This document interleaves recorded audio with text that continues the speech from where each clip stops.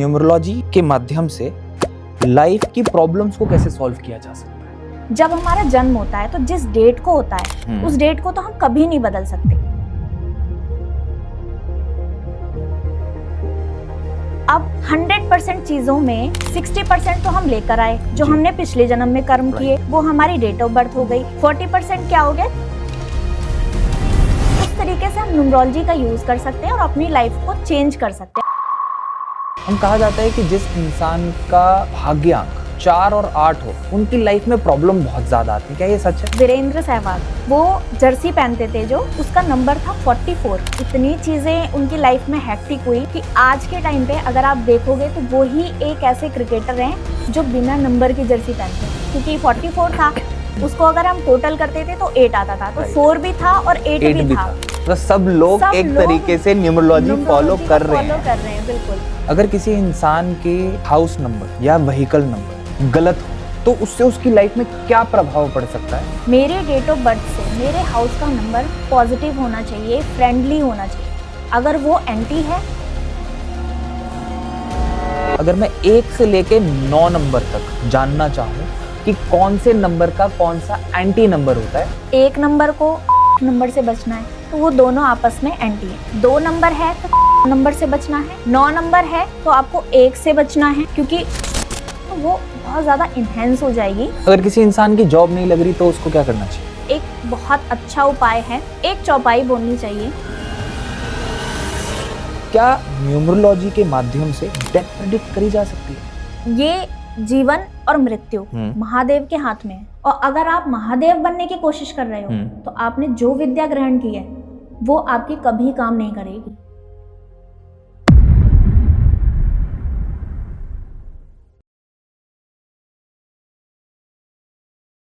Hi Priyanka ji, welcome to the misfit humans podcast. Thank you so much. Radhe Radhe. Radhe Radhe. हमें एक बहुत बड़ा सवाल है न्यूमरोलॉजी को लेके। अंकशास्त्र सबको पता है कि एक ऐसी साइंस है जिसको काफ़ी सालों से पढ़ा जा रहा है, समझा जा रहा है और उसका उपयोग भी किया जा रहा है। पर आज के समय में जब भी हम न्यूमरोलॉजी की बात करते हैं तो एक बहुत बड़ा सवाल उठता है कि जिस कैलेंडर को हम फॉलो कर रहे हैं, क्या उस कैलेंडर को फॉलो करके न्यूमरोलॉजी से सही प्रेडिक्शंस दी जा सकती हैं?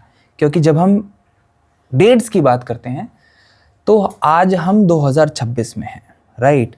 और जब हम विक्रम संवत की बात करते हैं तो हम 2026 में नहीं हैं, राइट? अंकशास्त्र किस तरीके से फॉलो किया जाता है? क्या न्यूमरोलॉजी सच में काम करती है? क्या हमें ग्रेगोरियन कैलेंडर को फॉलो करके न्यूमरोलॉजी की प्रेडिक्शंस करनी चाहिए, या असल में हमें अपनी विक्रम संवत के हिसाब से ही डेट्स को कैलकुलेट करके अंकशास्त्र से प्रेडिक्शंस को फॉलो करना चाहिए? बहुत ही अच्छा और यूनिक क्वेश्चन आपने पूछा है कि ये तो सबने पूछा कि न्यूमरोलॉजी कैसे काम करती है, बट ये थोड़ा डिफरेंट था।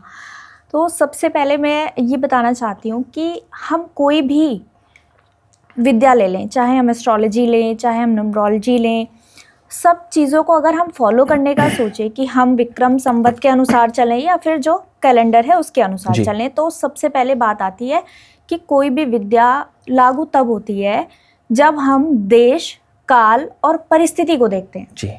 तो अगर हम देश, काल, परिस्थिति को देखें तो अभी जो हम फॉलो करते हुए आ रहे हैं वो अंग्रेजी कैलेंडर ही है जो हमारा देश में चल रहा है। हर चीज उसी के अकॉर्डिंग हो रही है। संवत्सर जो है वो बहुत पुरानी विद्या है और हमारे पंचांग के अनुसार ही हम हर काम करते हैं, वो बात बिल्कुल ठीक है। लेकिन आजकल अगर हम एस्ट्रोलॉजी की भी बात करें तो उसमें भी जो सॉफ्टवेयर्स आ रहे हैं वो भी अंग्रेजी कैलेंडर के अकॉर्डिंग ही आ रहे हैं। जो हम टाइम देखते हैं, डेट देखते हैं, वो सब हम अंग्रेजी कैलेंडर के अकॉर्डिंग ही चलते हैं। तो इसलिए आज के युग में जब हम देश काल परिस्थिति को देखते हुए अगर हम कैलकुलेशन करते हैं तो हमें अंग्रेजी कैलेंडर के अकॉर्डिंग ही चलना पड़ता है, क्योंकि ये अभी लागू है। क्योंकि कोई भी कैलकुलेशन हम कर रहे हैं तो हमें देश, काल और परिस्थिति तीनों चीज़ों को दिमाग में रखते हुए ही कोई कैलकुलेशन करनी चाहिए, तभी उसका रिजल्ट हमें सही मिलता है। प्रियंका जी, न्यूमरोलॉजी के माध्यम से लाइफ की प्रॉब्लम्स को कैसे सॉल्व किया जा सकता है?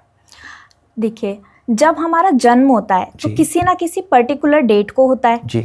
जब हम थोड़े से बड़े हो जाते हैं तो हम स्कूल में एडमिशन लेते हैं, वहाँ भी कोई रोल नंबर होता है हमारा। जी। जब हम ट्रैवल करते हैं तो वो ट्रेन का नंबर होता है, प्लेन का नंबर होता है। अगर हम प्लेन से जा रहे हैं तो नंबर्स जो हैं हमारी लाइफ से पूरी तरह से घिरे हुए हैं जी। उनसे हम पीछा नहीं छुड़ा सकते। तो जब कोई भी चीज़ एग्जिस्ट करती है और इतनी ज़्यादा करती है कि हम हर समय हम टाइम देखते हैं, हम अगर किसी होटल में रुके हुए हैं उसका भी रूम नंबर है, अगर हम कहीं हॉस्पिटल जा रहे हैं उसमें भी रूम नंबर है, हम नंबर से पूरी तरह घिरे हुए हैं। तो नंबर्स ही हैं जो हमारी लाइफ को हर समय चला रहे होते हैं किसी ना किसी तरीके से। और अगर हम उन नंबर्स की भाषा को समझ जाएं, अगर हम उन नंबर्स को फॉलो करने लगें तो हम अपनी लाइफ को डेफिनेटली ग्रो कर सकते हैं, बहुत कुछ हासिल कर सकते हैं अगर हम नंबर्स की भाषा को समझें और जानें कि नंबर्स आखिर हमें कैसे इफ़ेक्ट कर रहे हैं। क्योंकि हमारी जो लाइफ है ना हर एक चीज़ से जुड़ी हुई है। अब बहुत सारे लोग ऐसे हैं जो कहते हैं कि मेरी जो डेट ऑफ बर्थ है उसे मैं कैसे बदल सकता हूँ, तो मैं अपने नंबर्स को कैसे चेंज कर सकता हूँ, मैं अपनी लाइफ को कैसे बदलूँ, क्योंकि मेरी डेट ऑफ बर्थ जो है वो है, उसको तो मैं बदल नहीं सकता। तो जैसे कि हम अपनी डेट ऑफ बर्थ को अगर हम देखते हैं तो सबसे पहले नंबर्स की बात अगर हम कर रहे हैं तो हमें ये समझना जरूरी है कि न्यूमरोलॉजी आखिर काम कैसे करती है। जी। जब हमारा जन्म होता है तो जिस डेट को होता है उस डेट को तो हम कभी नहीं बदल सकते। जी। लेकिन जो हमारा नाम है, जो हमारा मोबाइल नंबर है, जो हमारा गाड़ी का नंबर है, जो हमारे घर का नंबर है, उन नंबर्स को कौन चूज करता है? उनको हम चूज करते हैं। और डेट ऑफ बर्थ जो है, जैसे कहा जाता है कि हम जब इस दुनिया में जन्म लेते हैं तो हम अपने पिछले जन्मों के कर्मों को लेकर आते हैं। जी। तो जो हमारी डेट ऑफ बर्थ है वो हमारा प्रारब्ध है, वो हम अपने पिछले जन्मों के कर्मों से लेकर आए हुए नंबर्स हैं। अब 100% चीज़ों में 60% तो हम लेकर आए, जो हमने पिछले जन्म में कर्म किए, वो हमारी डेट ऑफ बर्थ हो गई। अब बचा 40% क्या हो गया जिसे हम बदल सकते हैं। तो अच्छे कर्म जैसे करके हम बदल सकते हैं, तो उस तरीके से हम न्यूमरोलॉजी का यूज़ कर सकते हैं और अपनी लाइफ को चेंज कर सकते हैं, अपनी लाइफ में ग्रोथ पा सकते हैं। मुझे लगता है आज के समय में इंसान के जीवन में और नंबर तो एक बार को कॉन्स्टेंटली चेंज किए जा सकते हैं, बट सबसे इम्पोर्टेंट जो नंबर लगता है मुझे वो है हमारा मोबाइल नंबर। बिल्कुल राइट। क्योंकि एक बार आपने मोबाइल नंबर ले लिया तो उसके साथ आपकी सारी चीजें अटैच हो जाती हैं। इवन आपका आधार नंबर भी उसके साथ अटैच हो जाता है, आपका बैंक अकाउंट भी उसके साथ अटैच हो जाता है। मोबाइल नंबर हमारी लाइफ को कैसे अफेक्ट करता है? देखिए, हर किसी को पता है कि कोई भी मैग्नेटिक जो चीज़ें होती हैं या कोई भी इलेक्ट्रिकल चीज़ें होती हैं उनसे किरणें निकलती हैं। जी। अब मोबाइल को हम क्या करते हैं, पूरे टाइम स्क्रॉल करते रहते हैं या हमारे कान के पास यहाँ पे लगा रहता है। जी। तो वो हमारी ऑरा से कनेक्ट हो रहा है। ओके। तो कोई भी चीज़ जो हमारी ऑरा से कनेक्ट हो रही है, अगर वो पॉजिटिव है तो हमें पॉजिटिविटी देगी, अगर वो नेगेटिव है तो हमें नेगेटिविटी फील होगी, हमें इरिटेशन होगी, हमारा माइंड जो है वो पॉजिटिव काम नहीं करेगा, हम जो डिसीजन लेंगे वो सही डिसीजन नहीं ले पाएंगे। आप इस चीज़ को बिलीव करते होंगे कि बहुत सारे लोग ऐसे होते हैं जो आपको लगता है कि ये नेगेटिव है, इसके पास मैं बैठूंगा तो मेरा दिमाग खराब हो जाएगा या मेरा मूड खराब हो जाएगा। कुछ लोग ऐसे होते हैं जो इतने पॉजिटिव होते हैं कि जिनके साथ बैठना, बातें करना आपको कितना अच्छा लगता है, कितनी पॉजिटिव वाइब्स आती हैं कुछ लोगों के साथ। तो सेम चीज़ें होती हैं कि जो चीज़ें हमारी ऑरा से कनेक्ट हो रही हैं उन चीज़ों को आप पॉजिटिव होना बहुत ज़रूरी है। तो इसी तरह से मोबाइल नंबर हमारी लाइफ में बहुत इंपॉर्टेंट है और बहुत हमें इफ़ेक्ट करता है, क्योंकि वो हमारी ऑरा से 24 आवर्स आज के टाइम में कनेक्ट रहता ही रहता है फ़ोन। हम जब भी न्यूमरोलॉजी की बात करते हैं तो मूलांक और भाग्यांक दो चीजें तो सामने आती ही आती हैं। बिल्कुल। मूलांक क्या होता है और भाग्यांक क्या होता है?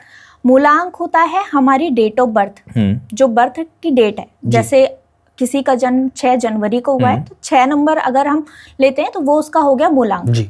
या किसी का 15 तारीख को हुआ तो 1 और 5 को हम प्लस करेंगे, वो 6 आएगा, वो हो गया मूलांक। अब हम अगर भाग्यांक की बात करें तो पूरी डेट ऑफ बर्थ को कैलकुलेट करते हैं हम। जैसे 6 जनवरी 1998 है तो सारे नंबर्स को हम ऐड करेंगे, उसका जो टोटल आएगा उसको हम सिंगल डिजिट पे लेके जाएंगे, वो होता है हमारा भाग्यांक। हम कहा जाता है कि जिस इंसान का भाग्यांक 4 और 8 हो उनकी लाइफ में प्रॉब्लम बहुत ज्यादा आती है, क्या ये सच है? बिल्कुल ये सच बात है। और अगर मैं आपको एक एग्जांपल देना चाहूँ तो वीरेंद्र सहवाग जी। जो क्रिकेटर हैं, सभी जी। जानते हैं उनको। जी। वो जर्सी पहनते थे जो, उसका नंबर था 44। अब उनको लाइफ में इतने स्ट्रगल, इतने डिले रिजल्ट, इतनी चीज़ें उनकी लाइफ में हैक्टिक हुई कि आज के टाइम पे अगर आप देखोगे तो वो ही एक ऐसे क्रिकेटर हैं जो बिना नंबर की जर्सी पहनते हैं। आप कभी ध्यान देना, उनकी जो जर्सी है उसमें कोई नंबर ही नहीं है। वो 8, क्योंकि 44 था तो 4 नंबर तो आ ही रहा था, डबल एनर्जी 4 नंबर की थी, उसको अगर हम टोटल करते थे तो 8 आता था, तो 4 भी था और 8 भी था। तो वही एक ऐसे सिंगल क्रिकेटर हैं जो बिना नंबर की जर्सी पहनते हैं। अगर महेंद्र सिंह धोनी जी को हम देखें तो वो 7 नंबर की ही जर्सी पहनते हैं। तो बहुत सारे लोग हैं जो अवेयर हैं इस चीज़ से कि न्यूमरोलॉजी हमारी लाइफ में बहुत इफेक्ट डालती है और उसका यूज़ करके वो कहाँ से कहाँ पहुँचे हुए हैं। ऐसे और कौन से एग्जाम्पल्स हैं जिससे हम, वो कहते हैं ना कि प्रत्यक्ष को प्रमाण की जरूरत नहीं पड़ती, बट कलयुग के अंदर प्रत्यक्ष ही प्रमाण ढूंढ रहा है। वो जब तक उसको वो प्रमाण नहीं मिल जाता ना, तब तक वो कहता है यार मैं तो नहीं मानूंगा। हाँ, ऐसे बहुत सारे मेरे पास एग्जाम्पल है। शायद मैं बताने लगूँ तो समय ही कम पड़ जाएगा, लेकिन कुछ एग्जाम्पल्स मैं आपको बताती हूँ। अजय देवगन सर हैं जी, बॉलीवुड में जो एक्टर हैं, उन्होंने अपने सरनेम से देवगन से ए हटा दिया। राजकुमार राव हैं, उन्होंने अपने नाम की स्पेलिंग राजकुमार में डबल एम ऐड कर लिया। तृप्ति दिमरी, उन्होंने अपने नेम की स्पेलिंग में डबल आई ऐड कर लिया। अगर एकता कपूर जी की बात करूं, उन्हें भी सब जानते ही हैं, तो उन्होंने अपने नाम में एकता में तो डबल ए ऐड कर लिया और आर कपूर कर लिया उसको। वाव। तो इतने अच्छे लेवल के लोग। और साथ में सैमसंग की अगर हम बात करें तो सैमसंग का अगर हम टोटल करते हैं तो 25 उसका टोटल आता है। और सैमसंग जब भी अपना फोन लॉन्च करता है, नया फोन, तो हमेशा फ्राइडे के दिन ही करते हैं वो। और एप्पल का भी अगर हम टोटल लेंगे तो वो भी 25 है। तो सब लोग एक तरीके से न्यूमरोलॉजी फॉलो कर रहे हैं। बिल्कुल। बट कोई कहता नहीं, कोई बताता नहीं, सबको यही होता है कि मानो तो गंगा माँ है, ना मानो तो बहता पानी। बहुत लोगों को मूर्ति में पत्थर दिखता है और बहुत लोगों को मूर्ति में भगवान दिख जाते हैं। तो ये सब चीज़ें बिलीव की हैं। लेकिन अगर इतना कुछ देखने के बाद भी, सोचने के बाद भी, समझने के बाद भी अगर हम उस चीज़ को अभी भी फॉलो नहीं कर रहे हैं तो हम अपनी लाइफ के साथ ही खेल रहे हैं।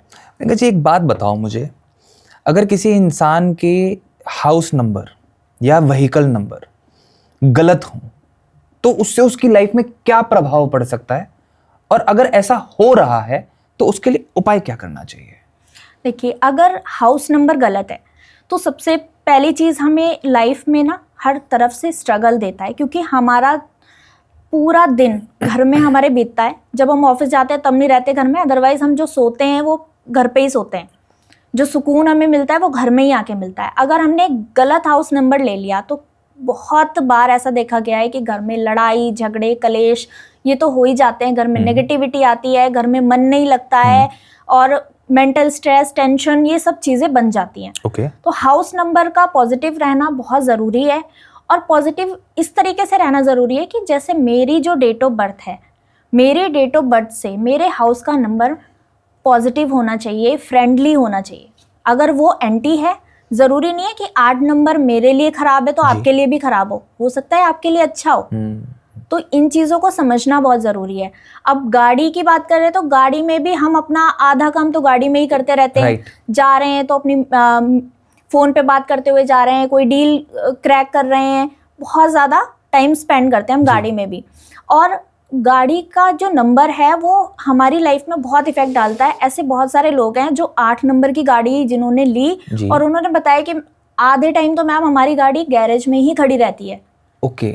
9 नंबर की गाड़ी वाले लोगों ने, बहुत लोगों ने मुझे बताया कि आए दिन कहीं ना कहीं लग जाती है, कुछ ना कुछ एक्सीडेंट होते ही रहते हैं, क्योंकि 9 नंबर ना मार्स का नंबर है, तो वो एनर्जी को बहुत ज़्यादा बढ़ा देता है। तो हमें अपनी डेट ऑफ बर्थ के अकॉर्डिंग ही ये सब चीज़ें लेनी चाहिए, क्योंकि हम अपने आप को उस चीज़ से कनेक्ट करते हैं। हम उस जगह पे बैठे हुए हैं, तो हमें हर चीज़ अपनी डेट ऑफ बर्थ के अकॉर्डिंग अगर हम पॉजिटिव लेंगे तो हमारी लाइफ में पॉजिटिविटी बढ़ेगी। और अगर हम नेगेटिव लेंगे तो वही चीज़ हमें टेंशन देगी, स्ट्रेस देगी, मेंटल स्ट्रेस देगी, बहुत कुछ देती है।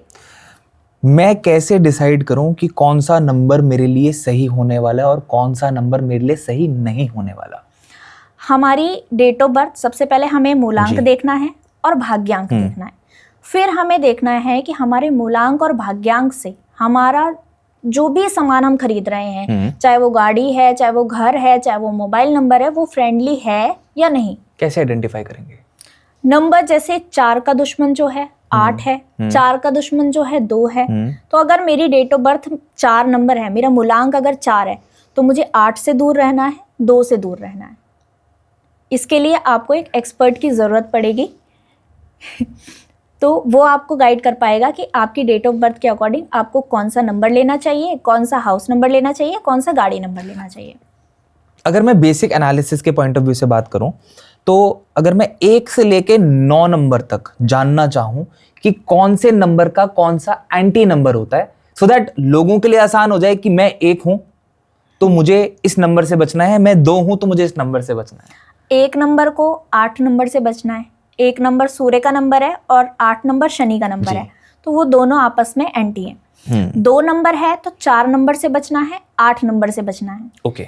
3 नंबर है तो आपको 6 नंबर से बचना है। 4 नंबर है तो फिर 8 नंबर से बचना है।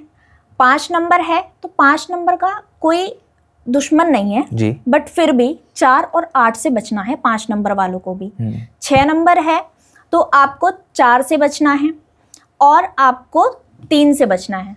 7 नंबर है तो 7 नंबर का भी कोई दुश्मन नहीं है, बट फिर भी उनको भी 4 और 8 से बचना है।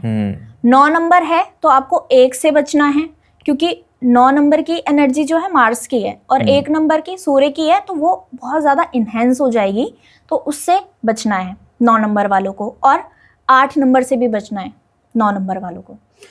प्रियंका जी, मैंने ऐसा सुना है कि नंबर्स की इतनी एनर्जी होती है कि इंसान का जो मूलांक होता है, राइट, उससे उसके कैरेक्टरिस्टिक्स भी डिफाइन करे जा सकते हैं। क्या ये सच है?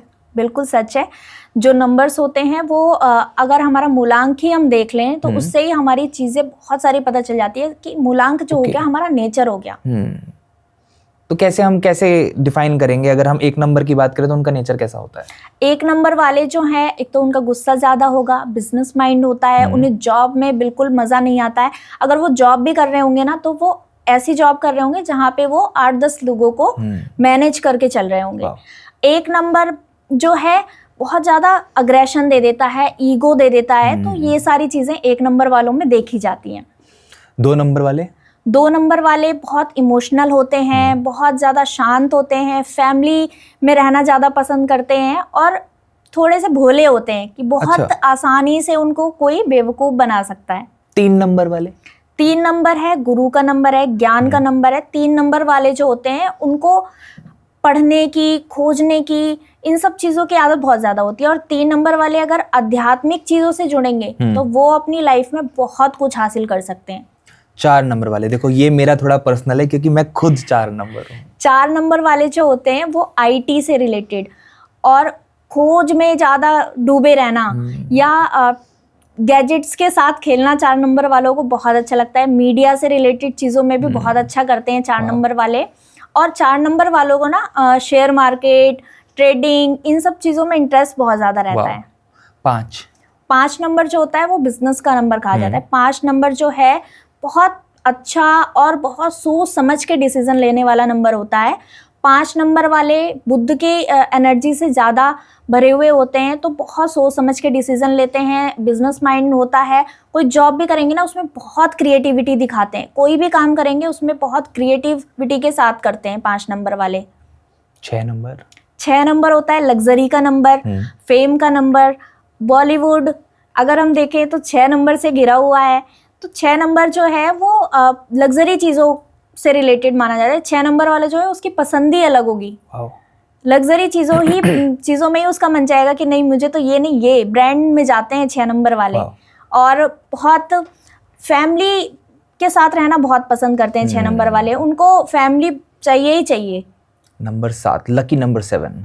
7 नंबर जो है केतु का नंबर है, जी। और कहा जाता है कि 7 नंबर वालों की ना इंट्यूशन बहुत अच्छी होती है। ओके। उनको पहले से ही आभास हो जाता है कि हाँ ये होने वाला है।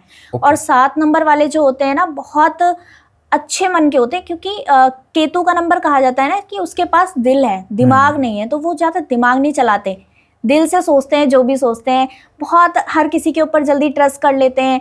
बट थोड़ा सा कंफ्यूजन भी देता है 7 नंबर, क्योंकि कहते हैं ना कि केतु है, दिल से सोचता है, मन से सोचता है, माइंड नहीं लगाता ज़्यादा चीज़ों में, तो उसमें कंफ्यूजन हो जाती है उन लोगों को। 8 नंबर। 8 नंबर शनि का नंबर है, और स्ट्रगल तो देता है, लेकिन शनि इज मनी। राइट। तो एक एज पे आके 30 इयर्स के बाद में शनि आपको ग्रोथ देता है। 30 इयर्स तक इतनी मेहनत, इतना स्ट्रगल करवाता है कि इंसान ये सोचता है कि अब मेरे से अब नहीं होगा, अब मैं थक गया, अब मैं इसे छोड़ रहा हूँ। और 9 नंबर। 9 नंबर मार्स का नंबर है, मंगल का नंबर है। एनर्जी बहुत अच्छी होती है ऐसे लोगों की, और ऐसे लोग मन के इतने अच्छे होते हैं कि किसी की भी हेल्प करने से पहले ज़्यादा सोचते नहीं है। हेल्पफुल नेचर होता है 9 नंबर वालों का। और 9 नंबर वाले मतलब किसी के लिए भी ना, अगर कोई आके उनके सामने रो दे तो उनके लिए कुछ भी करने को तैयार है। और अगर गुस्सा आ जाए 9 नंबर वालों को तो फिर हद ही खत्म है। उनका गुस्सा को कंट्रोल करना बहुत मुश्किल होता है 9 नंबर वालों के लिए।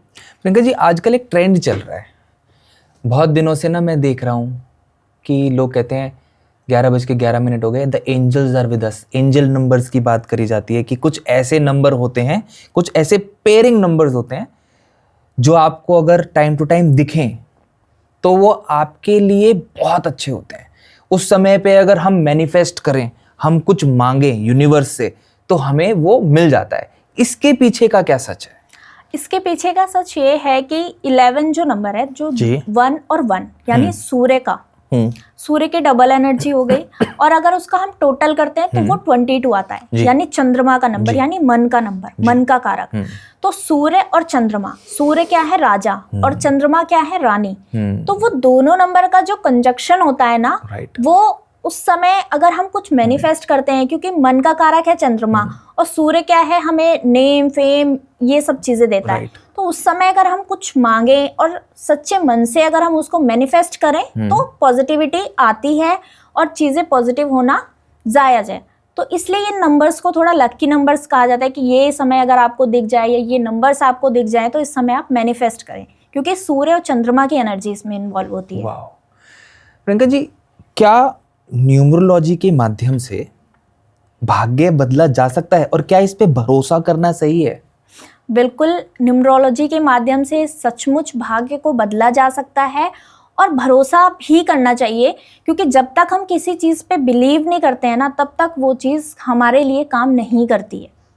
जिस दिन हम बिलीव करना शुरू कर देंगे उस दिन हमें दिखना भी शुरू हो जाएगा उसका रिजल्ट। अगर भाग्य की बात करें तो हम जब हमारा जन्म होता है तो हम कुछ प्रारब्ध कर्म लेके जन्म लेते हैं, उसी के अनुसार हमारी डेट ऑफ बर्थ होती है। लेकिन 40% हमारे जो कर्माज हैं उनको अगर हम अच्छा करेंगे तो डेफिनेटली हमें अच्छे रिजल्ट मिलेंगे। अब बहुत सारे लोग ये कहते हैं कि न्यूमरोलॉजी कैसे हमारी लाइफ को चेंज कर सकती है, कैसे हमारे भाग्य को बदल सकती है।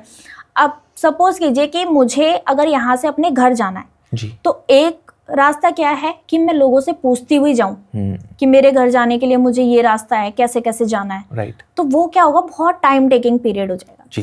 अगर मैं गूगल मैप का यूज करके अपने घर जाती हूँ तो वही मैं बहुत आसानी से बहुत जल्दी पहुंच जाऊंगी, तो मेरा टाइम भी बचेगा और जो मुझे टेंशन मिलनी है, जो स्ट्रेस मिलना है, वो भी मेरा कम हो जाएगा।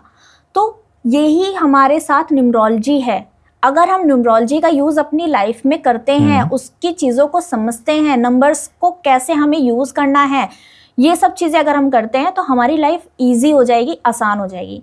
अब जैसे कोई बच्चा है, उसको पढ़ाई करनी है लेकिन वो कंफ्यूज है कि मुझे आर्ट लेना है या साइंस लेना है या क्या लेना है।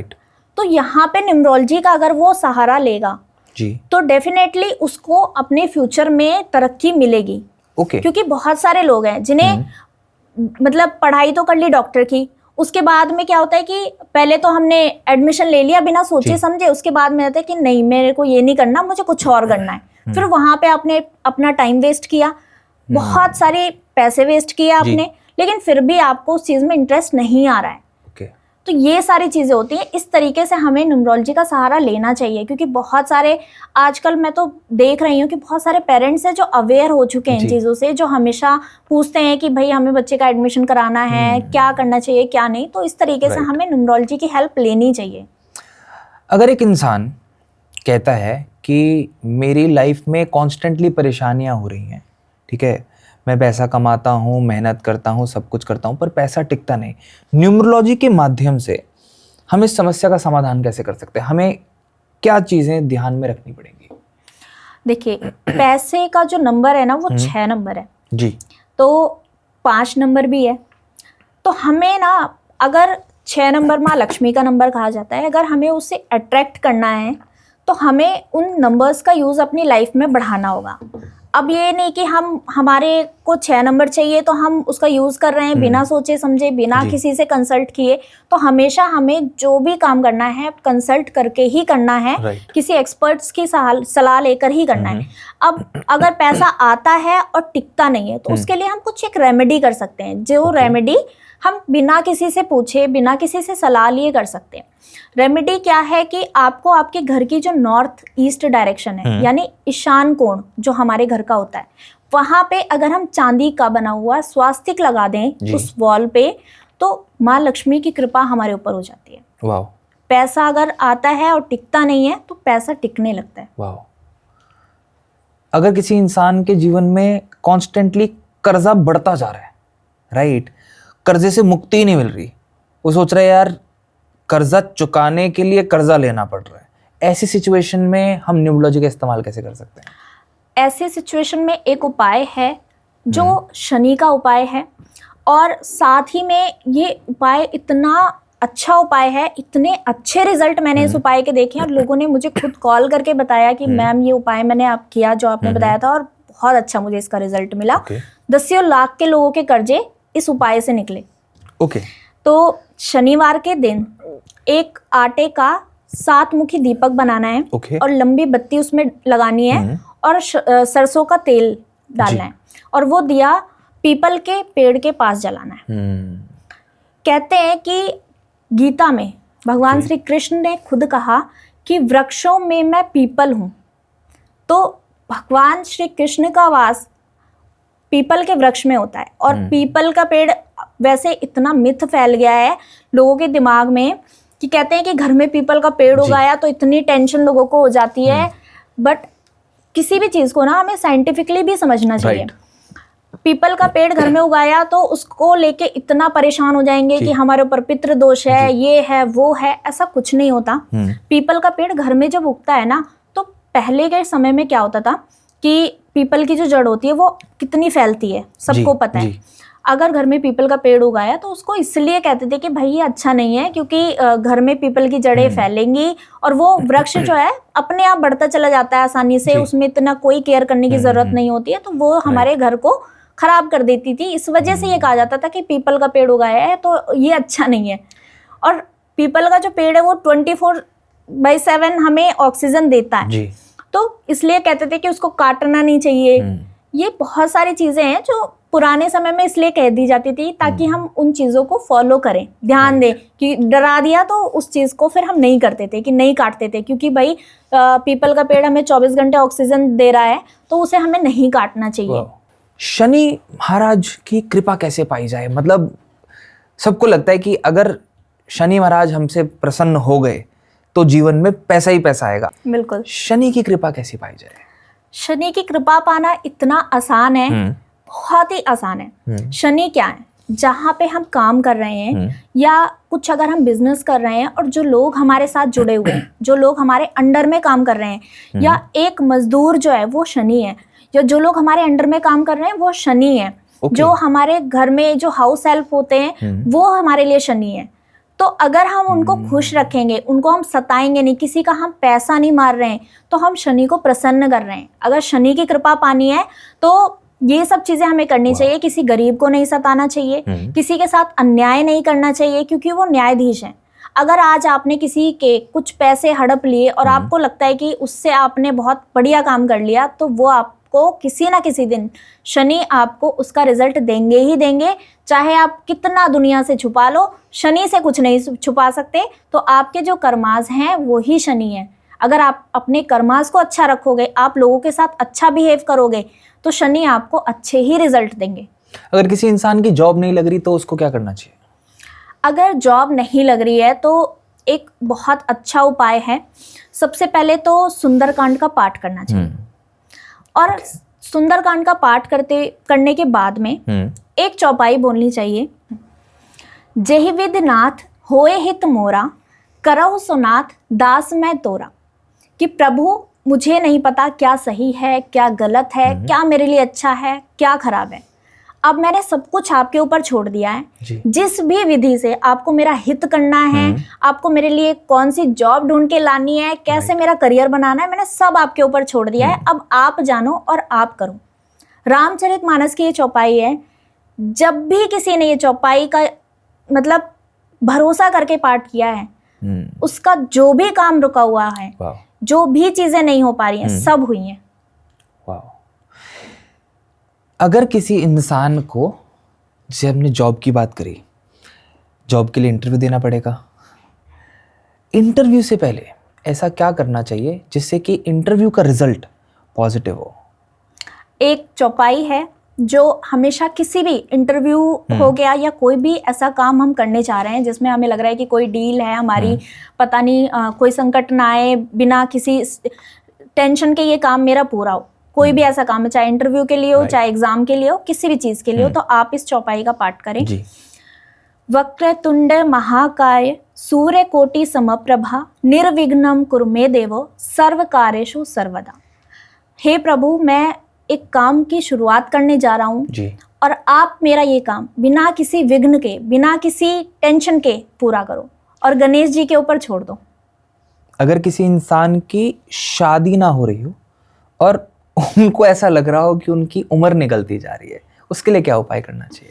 शादी में अगर कोई दिक्कत आ रही है तो सोमवार के दिन एक पान का पत्ता लें, उस पे एक सुपारी रखें और 7 हल्दी की गांठ रखें और किसी भी शिव जी के मंदिर जाएं, वहाँ पे माँ पार्वती को वो समर्पित कर दें और वहाँ बैठ के ओम पार्वतये नमः, ओम पार्वतये नमः इस मंत्र का जाप करें और माँ पार्वती से प्रार्थना करें, जगत जननी से, शादी के योग बन जाएंगे। वाह, मतलब जिनकी भी शादी नहीं हो रही है वो कान खोल के सुन लें कि अगर ये उपाय करेंगे तो शादी के योग जल्दी बनेंगे। बिल्कुल। प्रियंका जी, होली आ रही है और होली का त्यौहार रंगों का त्यौहार है, मगर ये भी कहा जाता है कि होली का जो त्यौहार है उसमें सबसे ज़्यादा जो नेगेटिव चीज़ें होती हैं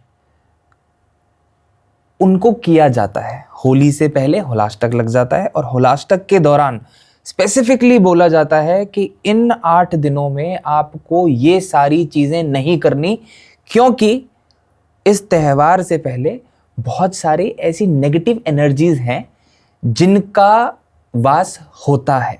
राइट? बिल्कुल। पहले तो मैं ये जानना चाहूँगा कि होली है कब और हमें इस बार होली में क्या चीज़ें करनी चाहिए सो दैट जिस भी तरीके की नेगेटिविटी हमारे जीवन में प्रवेश करने वाली हो वो प्रवेश ना करे। हाँ जी, होली इस बार 4 मार्च को हम होली मनाएंगे और 3 मार्च को होलिका दहन है और 3 मार्च को चंद्र ग्रहण भी लग रहा है। तो चंद्र ग्रहण में सबसे पहले तो हमें बहुत सारी चीज़ों का ध्यान रखना चाहिए। गर्भवती जो महिलाएं हैं उन्हें एक तो बाहर नहीं जाना चाहिए, खाना नहीं खाना चाहिए, सोना नहीं चाहिए। उस समय भगवान के नाम का जितना जाप करें उतना अच्छा है उनके लिए। साथ में होलाष्टक जो है वो 24 फरवरी से स्टार्ट हो जाएंगे और 3 मार्च तक होलाष्टक चलेंगे। और 3 मार्च को होगी हमारी होलिका दहन। अब नेगेटिव जो एनर्जीज होलाष्टक से हमारे पीछे, अगर किसी के भी पीछे ऐसा लगता है कि हाँ बहुत नेगेटिविटी हो गई है या बहुत टाइम से किसी की हेल्थ में कोई दिक्कत चल रही है, तो एक जटा वाला नारियल लेना है। एक जटा वाला? हाँ। अगर घर में ज्यादा मेंबर हैं, जितने मेंबर हैं उतने नारियल ले लो और सबके सर के ऊपर से 7 बार एंटी क्लॉकवाइज घुमाना है। और जो होलिका दहन की अग्नि है उसमें डाल देना है। जो भी नेगेटिविटी होगी, जो भी टेंशन होगी, कोई भी ऐसा आपको लगता है कि किसी ने कुछ ऐसा कर दिया है या आपका पैर ही पड़ गया हो किसी चीज़ पे, तो वो सारी नेगेटिविटी आपकी बॉडी से निकल के दहन हो जाती है। तो ये बहुत अच्छा उपाय है अगर किसी को भी लगता है कि कोई नेगेटिविटी है। और एक उपाय बहुत अच्छा है कि होलिका दहन जिस दिन हुआ उसके अगले दिन सुबह जो होलिका दहन की जो राख होती है जी। वो बहुत इफेक्टिव होती है। अगर कोई हमेशा बीमार रहता है या किसी को हेल्थ में बहुत लंबे समय से कोई दिक्कत है तो उसको होलिका दहन की जो राख है उसको लेकर आना चाहिए अपने घर पे और डेली उसका टीका करना चाहिए। ओके। उससे आप देखना कि उसकी हेल्थ में धीरे धीरे पॉजिटिव इफेक्ट आने लगेंगे। साथ में अगर वो होलिका दहन की राख को हम किसी लाल कपड़े में बांध के अपने घर की तिजोरी में रखते हैं या जहाँ पे हम अपने पैसे रखते हैं वहाँ पे रखते हैं तो वो बहुत अच्छा उपाय है पैसे को अट्रैक्ट करने के लिए और पैसे की जो इन्वेस्टमेंट है वो सही जगह जाए। प्रियंका जी एक बड़ा सवाल है, उसके बाद हम आपसे रैपिड फायर सेशन करेंगे। क्या न्यूमरोलॉजी के माध्यम से डेथ प्रेडिक्ट करी जा सकती है? देखिए न्यूमरोलॉजी क्या किसी भी माध्यम से ये चीज़ें प्रेडिक्ट तो करी जा सकती है बट ये कभी करना नहीं चाहिए। ऐसा क्यों? ऐसा इसलिए कि कहा जाता है, शास्त्रों में भी ये वर्णन मिलता है कि ये जीवन और मृत्यु महादेव के हाथ में है जी।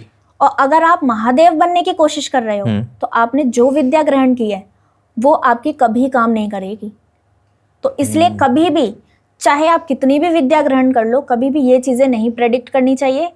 आप इंसान हो, आपको इंसान बन के ही रहना चाहिए, भगवान बनने की कोशिश नहीं करनी चाहिए। प्रियंका जी एक रैपिड फायर के माध्यम से हम कुछ चीजें समझने की कोशिश करते हैं। न्यूमरोलॉजी में सबसे ज्यादा पावरफुल नंबर कौन सा होता है? 1 नंबर, 5 नंबर, 6 नंबर। नंबर 5 के लोग इतने अनप्रेडिक्टेबल क्यों होते हैं? नंबर 5 जो है ना बुध का नंबर है और बुध क्या है? राजकुमार है। अब राजकुमार क्या होता है? छोटा बच्चा। तो वो क्या है कि जैसे मेरा मूलांक अगर 5 है और मेरा भाग्यांक जो है वो 6 है या 1 है तो मैं अपनी जो सोच है उस पे नहीं रहूंगी क्योंकि मैं क्या हूँ? राजकुमार हूँ। छोटा बच्चा क्या होता है? उसे कुछ नहीं पता होता है, वो जैसे इंसान के साथ बैठेगा जैसी चीजें सीखेगा वो वैसे रिजल्ट देगा। तो ऐसा ही होता है 5 नंबर वालों के साथ। तो उसका जो भाग्यांक है वो उसके अनुसार ज्यादा रिजल्ट देता है। कौन से नंबर के लोग लाइफ में सबसे ज्यादा स्ट्रगल करते हैं? 4 नंबर और 8 नंबर। मेहनत बहुत होती है। बट 8 नंबर को कार्मिक किंग क्यों कहा जाता है? क्योंकि ये शनि का नंबर है और शनि क्या है? कर्म के फलदाता। जैसे आप कर्म करोगे, जितनी आप मेहनत कर लोगे, जितनी सच्चाई से आप अपनी लाइफ को निकालोगे, वैसे ही आप देखना फिर 30 इयर्स के बाद में आपको शनिदेव देंगे फल। नंबर 6 के जो लोग होते हैं उनके बारे में काफी सारी बातें करी जाती हैं जब रिलेशनशिप की बात आती है। क्या नंबर 6 के लोग रिलेशनशिप में डेंजरस होते हैं या वो एक्चुअल में लॉयल लवर्स होते हैं? नंबर 6 वाले जो लोग होते हैं ना वो अगर मैं कहूँ बहुत अच्छे होते हैं क्योंकि वो ना अपने रिलेशन को बहुत ईमानदारी के साथ चलाते हैं। ऐसे एक भ्रांति फैलाई गई है लोगों के मन में कि 6 नंबर वाले जो हैं उनके इतने अफेयर्स होते हैं, ये होता है वो होता है, बट ऐसा कुछ नहीं होता है। कि 6 नंबर वाले जो होते हैं ना वो इतने फैमिली ओरिएंटेड होते हैं कि उन्हें अपनी फैमिली की मतलब 6 नंबर से ज़्यादा ना केयर कोई नहीं कर सकता। इतने केयरिंग होते हैं और इतने मतलब उनको कहीं भी दुनिया में घूमा है उन्हें चाहिए अपना घर ही, चाहिए अपनी वाइफ ही। तो बहुत अच्छा नंबर होता है। बट ये एक मिथ फैलाया गया है कि नहीं 6 नंबर है तो इतने अफेयर्स होंगे, ये होगा वो होगा। क्योंकि जहाँ पे हम लव केयर अफेक्शन की बात करते हैं कहीं ना कहीं लोग उसमें भ्रांतियां फैलानी शुरू कर देते हैं कि 6 नंबर को ना ये कहा जाता है कि ये अट्रैक्शन का नंबर है। तो 6 नंबर वालों के साथ ना लोग अट्रैक्ट जल्दी हो जाते हैं। तो उस चीज से बचना चाहिए 6 नंबर वालों को। 6 नंबर वालों को बचना चाहिए या फिर ऑपोजिट होना चाहिए कि जो लोग 6 नंबर वालों से मुलाकात कर रहे हैं उनको थोड़ा सा अपने आप को सेफर साइड में रखना चाहिए कि यार तुम अट्रैक्ट तो हो जाओगे मगर ये तो वहीं रहेगा जहां इसको रहना है। बिल्कुल। Priyanka ji before we come to an end to today's episode, मैं चाहता हूं कि आप 2026 के लिए हर मूलांक के हिसाब से एक प्रेडिक्शन दें। 1 नंबर जो है उसको 2026 में अपना कोई ना कोई स्टार्टअप जरूर करना चाहिए क्योंकि ये साल भी सूर्य का है और अगर 1 नंबर वालों ने अपना बिजनेस स्टार्ट कर लिया तो डेफिनेटली उनको इस साल ग्रोथ मिलेगी। 2 नंबर है, चंद्रमा का नंबर है। इस साल में उनको इमोशनल चीज़ों को बहुत ज़्यादा फेस करना पड़ेगा। किसी भी रिलेशनशिप में जाने से पहले बहुत सोच समझ के डिसीजन लेना चाहिए इस साल। शादी कर रहे हैं तो बहुत सोच समझ के करें 2 नंबर वाले। 3 नंबर वालों को इस साल अपनी नॉलेज को बढ़ाना चाहिए। जितनी अपनी नॉलेज को बढ़ाएंगे या किसी आध्यात्मिक चीज से जुड़ेंगे तो 3 नंबर वाले डेफिनेटली ग्रोथ करेंगे। 4 नंबर जो है राहु का नंबर है और इस साल 4 नंबर को बहुत सडन गेन और सडन लॉस दोनों के चांसेस हैं। तो 4 नंबर वालों को कोई भी काम इस साल बहुत सोच समझ के करना चाहिए। हो सकता है एक डिसीजन उनकी चीज़ों को खराब कर दे और हो सकता है कि एक डिसीजन अगर उन्होंने बहुत सोच समझ के लिया तो वही उन्हें अर्श से फर्श पहुंचा सकता है या फर्श से अर्श पे पहुंचा सकता है। 5 नंबर है, बुध का नंबर है और सूर्य का साल है। तो सूर्य राजा हैं, राजकुमार बुध हैं। तो इस साल आपको डेफिनेटली तरक्की मिलेगी। आपको इस साल अपनी जो भी लाइफ में अपॉर्चुनिटी आ रही है उनको बिल्कुल भी मतलब जाने ना दें। और इस साल आपका गोल्डन पीरियड चल रहा है, ये सोच के आप अपनी लाइफ में काम करें कि ये साल है जो मैं जितनी मेहनत कर लूंगा, समझो 10 साल की मेहनत इस साल आपको झोंकनी है ताकि आप अपने करियर में बहुत अच्छा कर पाएं। 6 नंबर जो है इस साल 6 नंबर वालों की तो शादी होनी है। बहुत सारे ऐसे नंबर है जो बहुत टाइम से वेट करते आ रहे थे, तो 6 नंबर वालों की इस बार शादी होगी। और 6 नंबर वालों को अपने रिलेशनशिप में बहुत अच्छे रिजल्ट इस साल मिलेंगे। साथ ही में 6 नंबर वालों की करियर में ऐसी ग्रोथ होगी कि शायद उन्होंने सोचा नहीं होगा। 7 नंबर वालों को इस बार कोई ना कोई इस साल ऐसा काम करना चाहिए जिसमें वो कुछ रिसर्च कर रहे हो, चाहे कोई प्रोजेक्ट हो, चाहे वो कोई भी ऐसा काम आपको इस साल मिल सकता है जिस काम में आपको ये लगेगा कि ये मेरा काम नहीं है, बट अगर आपने उस काम को बहुत तरीके से सीख लिया या उस प्रोजेक्ट को आपने सीरियसली ले लिया तो हो सकता है कि वही एक प्रोजेक्ट, वही एक काम आपकी लाइफ को बदल दे। 8 नंबर जो है शनि का नंबर है और ये साल जो है सूर्य का साल है, तो सूर्य और शनि की आपस में बिल्कुल नहीं बनती है। इस साल 8 नंबर वालों को संभल के रहना है, बस अपने कर्मास पे फोकस करना है। अगर आपने कोई गलती इस साल करी, गलती से भी गलती कर दी, तो इस साल आपको उसका भुगतान करना ही पड़ेगा। तो 8 नंबर वालों को अपने कर्मों पे बहुत ध्यान देना है और मेहनत को बढ़ाना है। मेहनत करोगे तो ऐसा नहीं है कि रिजल्ट नहीं मिलेंगे इस साल। बस कोई गलती नहीं करनी है, कोई रिश्वत नहीं लेनी है, नहीं तो पकड़े जाओगे इस साल। इंस्टेंट कर्मा होने वाला उनके साथ। इंस्टेंट कर्मा इस साल होने वाला है 8 नंबर वालों के साथ। 9 नंबर जो है सूर्य का साल है और 9 नंबर भी एनर्जी बहुत ज़्यादा होती है, गुस्सा बहुत ज़्यादा होता है। जितना आप इस साल झुक के चलोगे, जितना आप शांत होके चलोगे, आप अपने करियर में उतनी ही तरक्की करोगे। क्योंकि इस साल आप अपने गुस्से को कंट्रोल कर पाए ये बहुत मुश्किल होगा, क्योंकि सूर्य भी ईगो और गुस्से का नंबर है और 9 भी नंबर जो है ईगो और गुस्से का नंबर है। तो इस साल वो डबल होने वाला है, तो इस चीज़ को बहुत कंट्रोल करके चलें। आप देखना आपकी लाइफ में बहुत अच्छी अपॉर्चुनिटीज आएंगी। बस आपको अपना ईगो बीच में नहीं लाना है, गुस्सा बीच में नहीं लाना है। हम ये साल सूर्य का साल है और सूर्य के साल पे इस साल में ऐसा क्या होने वाला है, ऐसी क्या प्रेडिक्शन है इस साल की न्यूमरोलॉजी के माध्यम से, जिससे लोगों को सचेत रहने की ज़रूरत है, अवेयर होने की ज़रूरत है और उनको पता होना चाहिए कि इन चीज़ों से आप बच के रहें सो दैट उनकी लाइफ में प्रॉब्लम ना आए। देखो ये साल जो है ना सूर्य का साल है। सूर्य क्या है? राजा है। अब राजा को क्या है कि न्याय ही पसंद है, अन्याय पसंद नहीं है। राइट। तो ये जब साल शुरू होने वाला था उससे पहले ही मैंने ये प्रेडिक्शन की थी कि ये साल में अन्याय नहीं पसंद करेंगे। जो जिन लोगों ने भी गलतियां की हैं या ऐसे ऐसे राज खुलेंगे जो हमने सोचा भी नहीं था। तो आपने भी देखा एप्स्टीन फाइल का जो खुलासा हुआ है, कितना बड़ा खुलासा है ये। तो सूर्य का साल है, मतलब ऐसे ऐसे कितने खुलासे इस साल में होंगे जो हमने सोचे नहीं होंगे, जो हमने इमेजिन भी नहीं किए होंगे। ये चीज हमने इमेजिन भी नहीं करी थी कि मतलब इस हद तक भी लोग गिर सकते हैं। तो ऐसे ऐसे खुलासे होंगे, पर्दाफाश होने वाला है। और इस साल में मतलब अभी तक तो बहुत कुछ हुआ है, लेकिन आगे भी बहुत कुछ होगा। ऐसे ऐसे राज खुलेंगे, ऐसे ऐसे लोग जो हमें लगते थे कि ये तो देवता के समान है, उनके ऐसे राज खुलेंगे कि हम यही कहेंगे कि भैया ये सच में कलयुग है और अंत अब होने वाला है। कुछ हिंट दे सकते हैं आप? आपने जिस वे में बोला ना, मुझे ऐसा लगा कि आपको कुछ तो ऐसा पता है जिसकी जानकारी लोगों को होनी चाहिए।